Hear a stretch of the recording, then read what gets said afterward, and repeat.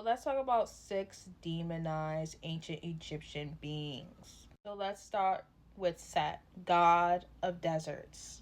He's also the god of chaos, storms, and one of the most commonly misrepresented gods out here. I just feel like in Egyptian mythology, Set wasn't evil. Like the things he did was necessary. Like even though I don't agree with, but I feel like the things he did was necessary if you actually like look into his story. He did that to balance the order gods like Osiris and Horus represented against foreign invasion, and even ruled with the sun god Ra to fend off the serpent of darkness, Apep. So how did Set become demonized? The turning point came when political power shifted. Osiris became more central to the religion. Set, who was actually once a respected god, was reinterpreted as Osiris's murderer. The myth of Set killing his brother came to symbolize betrayal and disorder. Later, with Christian and Islamic thought, it became an archetype for Satan himself. Desert god who kills light and harmony. Even though, like, yes, he did it for balance, I still don't like what he did. It brings shivers down to my fucking spine. Like, killing his brother, like, you felt no. Yeah, did he even feel a type of way? Like, shit is crazy. Like, and he brought him back when he came back from the dead and ripped him up into pieces. Like, I can't morally. But he did it for balance, so that's all I'm saying. In his animal form, the Set animal was viewed as unnatural, bizarre, just evil. Set's role was never about malevolence. He represented chaos as a natural part of balance. Demonizing him erased the Egyptian belief of duality. That's a crazy way of duality, killing your brother. But like I said, yeah. Okay, so let's talk about Apep, the enemy of the sun.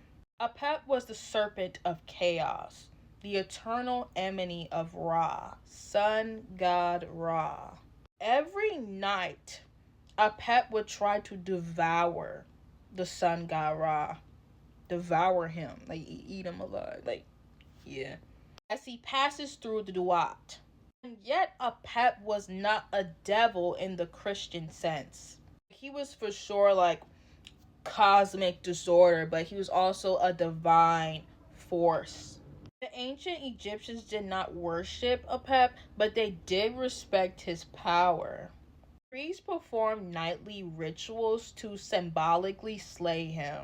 Not out of hatred, but to maintain cosmic balance. But why is Apep described as pure evil? Because post-Egyptian culture simplified duality. They turned him into a satanic figure, misunderstanding him. Apep was a part of the dark part of a universal cycle. So every night and every morning when the sun would rise again, sun god Ra and Apep would duke it the fuck out. But Apep was never destroyed though. It would always rise again for tomorrow night. So Apep wasn't moral or immoral, because without darkness there would be no light. And without chaos there would be no order. So he's not evil for existing. Like, he has like a purpose to be doing what he's doing. This is why they were like, I don't worship Apep, but hey, I'm gonna respect his power though. But within the same breath, they would be doing rituals to try to slay him. They also did it out of cosmic balance. Everything was about cosmic balance. So for number 3, we're going to be talking about Bastet. So Bastet, the cat-headed goddess, began as a lioness, a fierce one of war and protection. Over time, she became someone who is associated with home, fertility, and sensuality.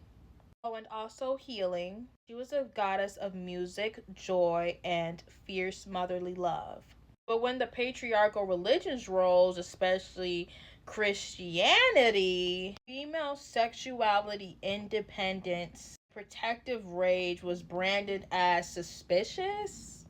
Bastet's image slowly transformed into a symbol of pagan idolatry. Cats once sacred in Egypt is now associated with witchcraft.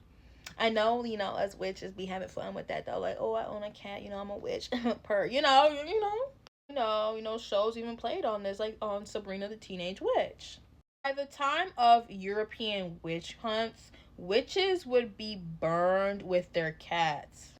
Why are people so disgusting? Like, first the Roman Empire comes, just takes over, destroys, washes away their religion.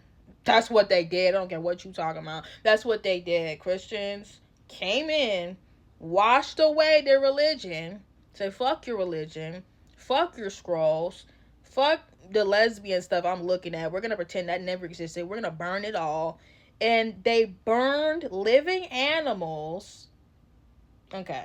So they burned these women with their cats. They're burning people with their cats, which they think these women are witches. So they burned witches, if you want to call them that, with their cats. It's just so weird. Like you would think they would be afraid of witches. They don't even want to get near a witch. You would think that they don't want to even touch a witch, even burn her. They want to stay away before they zip zap zomp your ass. But it's just getting gross. It's getting nasty. I need a moment. The same sacred animal that once protected Bastet is now all of a sudden a familiar with Satan. Like everything's satanic. Everything's satanic with them. Everything gotta be satanic.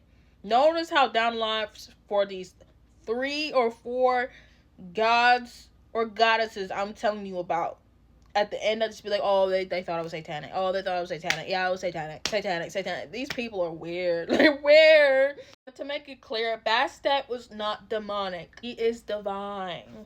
It was culture, not truth, that turned her holy femininity into something to be scared of. So next we're going to talk about Sekhmet. Sekhmet is the lioness goddess of war, plagues, and healing. She could bring disease, but also heal it. She could cure it. She was the fire of the sun. Her name means powerful one. She was often invoked by priests and doctors for healing. Thousands of Sekhmet statues were placed in temples for protection during times of illness. So why was she later demonized? Because her wrath was misunderstood. Sekhmet's story includes a moment where she nearly destroyed humanity. That was not the whole tale, though. They don't like to tell you the whole tale. She was stopped by mercy. Her rage had a limit. She was both punisher and a protector. A protector. When Christian thinkers look back at Sekhmet, they saw only her destruction and only her fucking destruction. They ignore everything else, like she could literally help you with your illness, that doctors called upon her to help patients with their illnesses. They said, no, she's just about a destruction. No, fuck her. I don't care about her. Yeah, it's evil. It's weird. They did not see her balance. Her image suddenly became associated with wrath, vengeance, and plagues. Later tying concepts tied to the devil. Once again, to Satan. Everything is just fucking satanic. The Egyptians knew that Sekhmet's fire could kill and heal. But Christians, it's just gonna be still, nope, she's evil. Nope, she's evil. We don't like that. So, yeah. So let's talk about goddess Isis. Isis is one of the most beloved goddesses of Egypt. Goddess Isis is a mother, a magician, and a queen.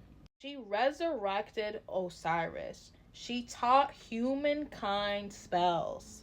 Her worship stretched far beyond Egypt, reaching into Greece, Rome, and eventually stomped out by Roman Christians. The Christian church. Isis wasn't just a race. I mean, to most of us, she's not. But like we were talking about at that time, Isis wasn't just erased. She was replaced. As Christianity spread, the image of Isis holding her child Horus was co-opted into depictions of Virgin Mary and baby Jesus. Churches were built on her temples. Her sacred names were suppressed. Magical spells, rituals in her name was labeled as blasphemy and witchcraft. She was once called She of 10,000 Names. But Christian doctrine could only make space for one God and one Holy Mother.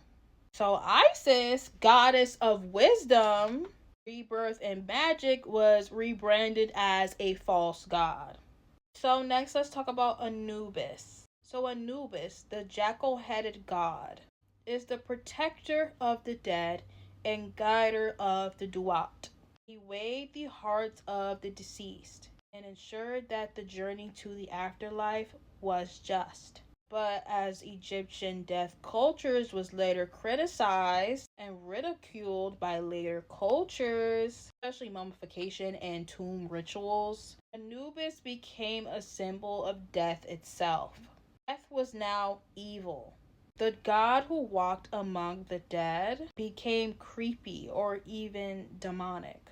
His jackal form, sacred in Egypt, became a gothic motif in horror films and novels. Anubis is often depicted as a Grim Reaper figure.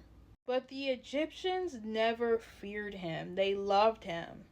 He was the guardian of ancestors. He kept your soul safe on the most dangerous journey of them all.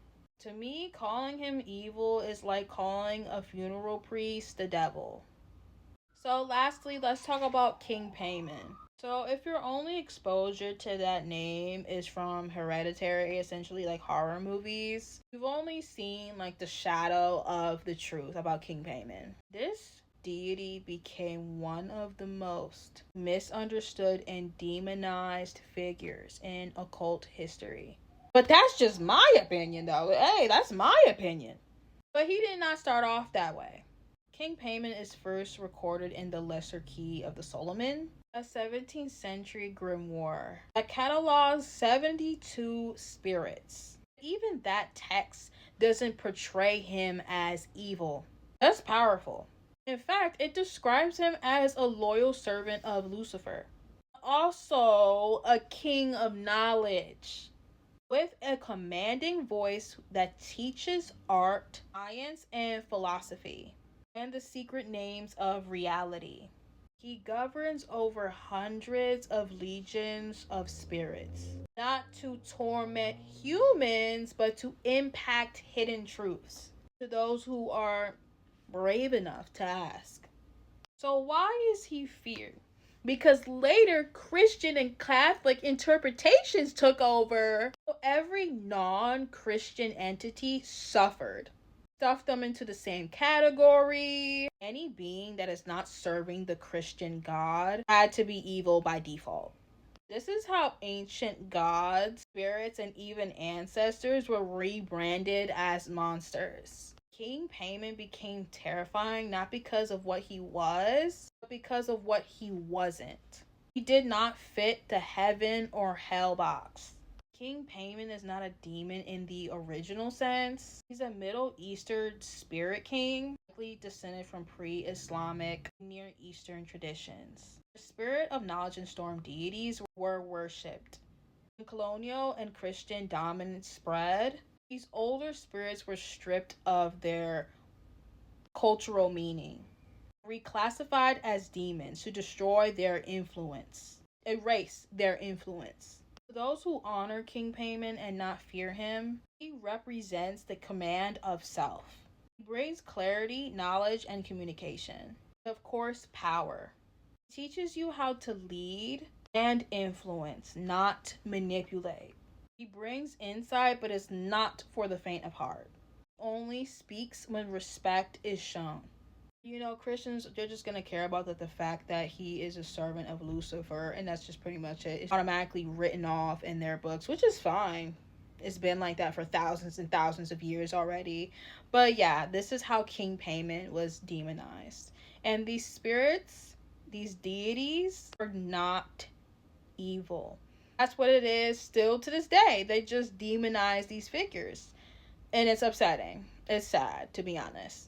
But if you guys enjoyed this video, please like it, subscribe for me so I can hit 1,000 subscribers and get monetized. I can help my cat get his needed surgery. But yeah, thanks guys for watching. Bye.